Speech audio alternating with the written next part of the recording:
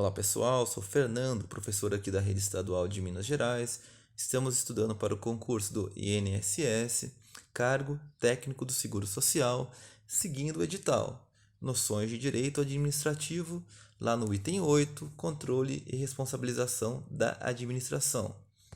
Para isso, nesse vídeo, vamos fazer um resumo das classificações do controle da administração pública. Para isso, vamos ver um pouco do conceito e o motivo de existir um controle, na administração pública. Então, bora lá. Conceito de controle administrativo. Então, segundo José dos Santos Carvalho Filho, pode-se denominar de controle da administração pública o conjunto de mecanismos jurídicos e administrativos por meio dos quais se exerce o poder de fiscalização e revisão da atividade administrativa em qualquer das esferas de poder. Pois bem, enquanto Herbert Almeida, professor do Estratégia Concurso, define controle como um poder de dever de fiscalização e revisão da atuação administrativa para garantir a conformação com o ordenamento jurídico e com a boa administração. Portanto, o controle vai além da legalidade e legitimidade, alcançando inclusive aspectos de eficiência, eficácia e efetividade. Então, a classificação das formas de controle. Para começar esse resumo das classificações do controle da administração pública, vamos ver as classificações quanto ao fundamento, quanto à origem, quanto ao órgão que exerce o controle, quanto ao mesmo do controle e quanto ao aspecto controlado. Quanto ao momento do controle, e quanto ao aspecto controlado. Perfeito? Então, bora lá. Então, aqui, o fundamento do primeiro pode ser hierárquico, de origem interna, órgão que exerce o poder executivo, momento de controle é prévio e o aspecto de controle é a legalidade. Agora, quando o fundamento é finalístico, a origem é externa, o órgão que exerce poder é o poder legislativo, o momento de combate é concomitante e o aspecto de controle é o mérito. E quando ele tem origem popular, o órgão que exerce é o poder judiciário, o momento de controle é posterior, ele não tem aspecto de controle nem fundamento. Então, são classificações do controle administrativo. Então, visualizamos aí no quadro. Então, bora lá. Portanto, existem diversas formas de controle com finalidades e características diferentes. Por isso, vamos ver cada classificação e como ocorre o controle. Quanto ao fundamento, nessa classificação trataremos do fundamento do controle, ou seja, do motivo de existir o controle. Podemos chamar também de controle a existência de hierarquia ou a amplitude. Neste caso, ele se subdivide em hierárquico ou finalístico. O controle hierárquico usa a hierarquia como o motivo de existir um controle. Portanto, pode-se dizer que um órgão superior possui controle de um órgão hierarquicamente inferior, sendo competente para revisar e rever os atos realizados pelo órgão subordinado. Por outro lado, o controle finalístico é a forma de controle que não utiliza a hierarquia como embasamento para controlar. Portanto, podemos citar o caso das entidades administrativas como uma autarquia federal, por exemplo, que a União exerce controle finalístico. Afinal, não se pode dizer que a autarquia é hierarquicamente inferior, mas por ser uma empresa que realiza atividades públicas, existe a necessidade de ter um certo controle. Conforme a origem, a forma de classificação do controle administrativo, conforme a origem, se baseia no surgimento de controle, ou seja, se é dentro do mesmo poder, se é um poder controlado por outro poder, ou se tem como origem o controle da população. O controle interno. O controle interno ocorre no âmbito da própria administração ou órgão do mesmo poder. O controle interno pode ocorrer como fundamento na hierarquia ou pode ser finalístico, ou seja, ele pode ocorrer entre órgãos dentro de uma hierarquia ou pode ocorrer pela administração direta para com a administração indireta. Então, se estamos diante de um agente ou órgão do poder legislativo e este possui atribuição para fiscalizar um ato administrativo pelo mesmo poder legislativo, estamos diante do controle interno, independente de hierarquia. Além disso, a Constituição determina que os poderes mantenham um sistema de controle interno. Os poderes legislativo, executivo e judiciário manterão, de forma integrada, sistema de controle interno com a finalidade de 1. Avaliar o cumprimento das metas previstas no Plano Plurinacional, a execução dos programas de governo e dos orçamentos da União. 2. Comprovar a legalidade e avaliar os resultados quanto à a eficácia e depois a eficiência da gestão orçamentária, financeira e patrimonial nos órgãos e entidades da administração federal, bem como aplicação de recursos públicos por entidades de direito privado. 3. Exercer o controle das operações de crédito, avais e garantias, bem como dos direitos e haveres da União. 4. Apoiar o controle externo no exercício de sua missão institucional. Ou seja, cada poder tem seu controle interno, e este tem como competência as atividades acima listadas. O controle externo agora. Por outro lado, chama-se controle externo quando um poder exerce a revisão dos atos administrativos de outro poder. Por exemplo, a sustação pelo Congresso Nacional de atos normativos do Poder Executivo, que exorbitem do poder regulamentar.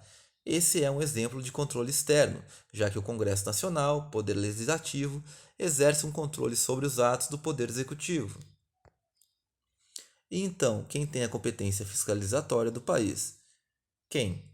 A Constituição Federal responde que o controle externo está a cargo do Congresso Nacional e será exercido, com o auxílio do Tribunal de Contas da União. Ou seja, por essa parte da Constituição Federal, a competência para exercer o controle externo é do Congresso Nacional.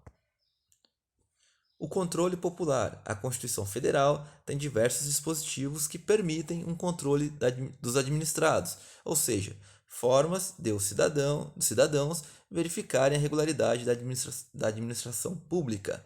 Por exemplo, quando o cidadão é parte legítima para propor ação popular que vise a anular o ato lesivo ao patrimônio público ou de entidade e de que o Estado participe, à moralidade administrativa, ao meio ambiente e ao patrimônio histórico e cultural, ficando o autor, salvo comprovada má-fé, isento de custas judiciais e de ônus da sucumbência. Temos também um outro exemplo na Constituição Federal. Qualquer cidadão, partido político, associação ou sindicato é parte legítima para, na forma da lei, denunciar irregularidades ou ilegalidades perante o Tribunal de Contas da União. Quanto ao momento do controle. Para continuar nesse resumo das classificações de controle administrativo, vamos analisar o momento do controle. Considera-se momento do controle o instante em que ele ocorre e pode ser antecipadamente a ocorrência do ato, concomitantemente ou pode ser posteriormente ao ato. Controle prévio. Chama-se de controle prévio ou preventivo o controle exercido antes da prática ou antes da conclusão do ato administrativo. Podemos citar, por exemplo, a necessidade de aprovação pelo Senado Federal da escolha do presidente do Banco do Brasil ou para escolher o Procurador-Geral da República. Pode ser considerado um controle prévio, já que ocorre uma aprovação antes da nomeação para os cargos citados. Controle concomitante. No caso do controle concomitante, o controle é exercido durante a realização do ato, ou seja, durante a formação ou execução do ato. Pode-se citar, por exemplo, a fiscalização de uma obra pública durante a execução dela. Diferentemente, seria se estivesse sendo feito uma fiscalização após o término da obra. Nesse caso, seria o controle posterior. Controle posterior. No caso do controle subsequente, ou também chamado controle corretivo, ocorre um controle após a finalização do ato. Esse é o momento mais comum de ocorrer o controle.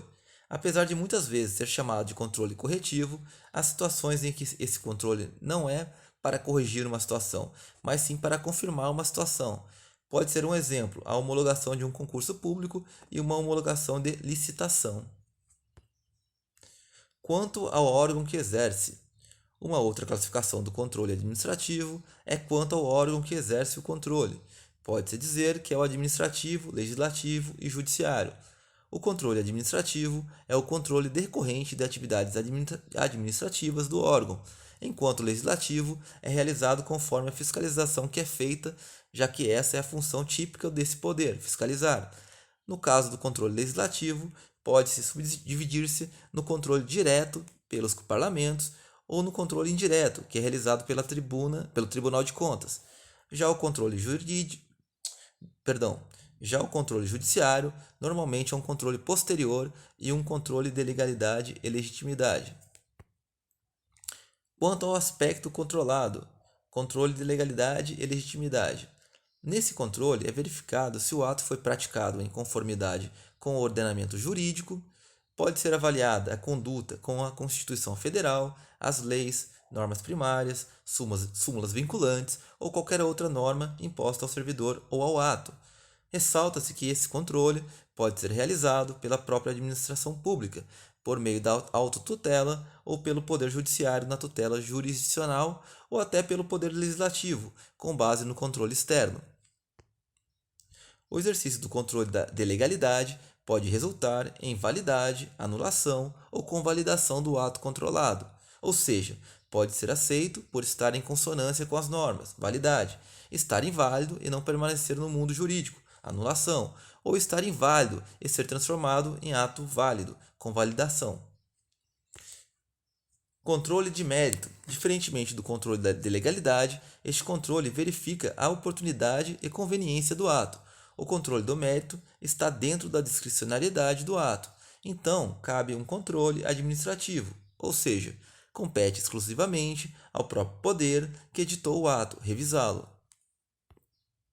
Apesar disso, temos alguns exemplos de controles em que o poder legislativo tem um controle de mérito, que é chamado de controle político. Por exemplo, quando da apreciação pelo poder legislativo dos nomes escolhidos para os cargos de presidente do Banco do Brasil ou Procuradoria-Geral da República, está dentro da discricionariedade do Poder Executivo e a indicação desses nomes, mas o Poder Legislativo opina sobre os nomes. Além disso, diferentemente do controle da legalidade, o resultado exercício do controle de mérito pode ser a revogação do ato, ou seja, a retirada do ato do sistema jurídico. Entretanto, diferentemente da anulação, não há invalidade no ato, ele apenas se torna desnecessário. Concluindo, para concluir, portanto, vimos que nesse artigo o conceito de controle administrativo e as classificações por fundamento hierárquico e finalístico, por origem, interno, externo e popular, pelo órgão que exerce o controle administrativo, legislativo e judiciário, pelo momento do controle anterior, concomitante e posterior e pelo aspecto do controle, legalidade e mérito. Pois bem, pessoal, chegamos ao fim de mais um item. Vamos continuar firme aqui nos estudos. Um abraço, até a próxima.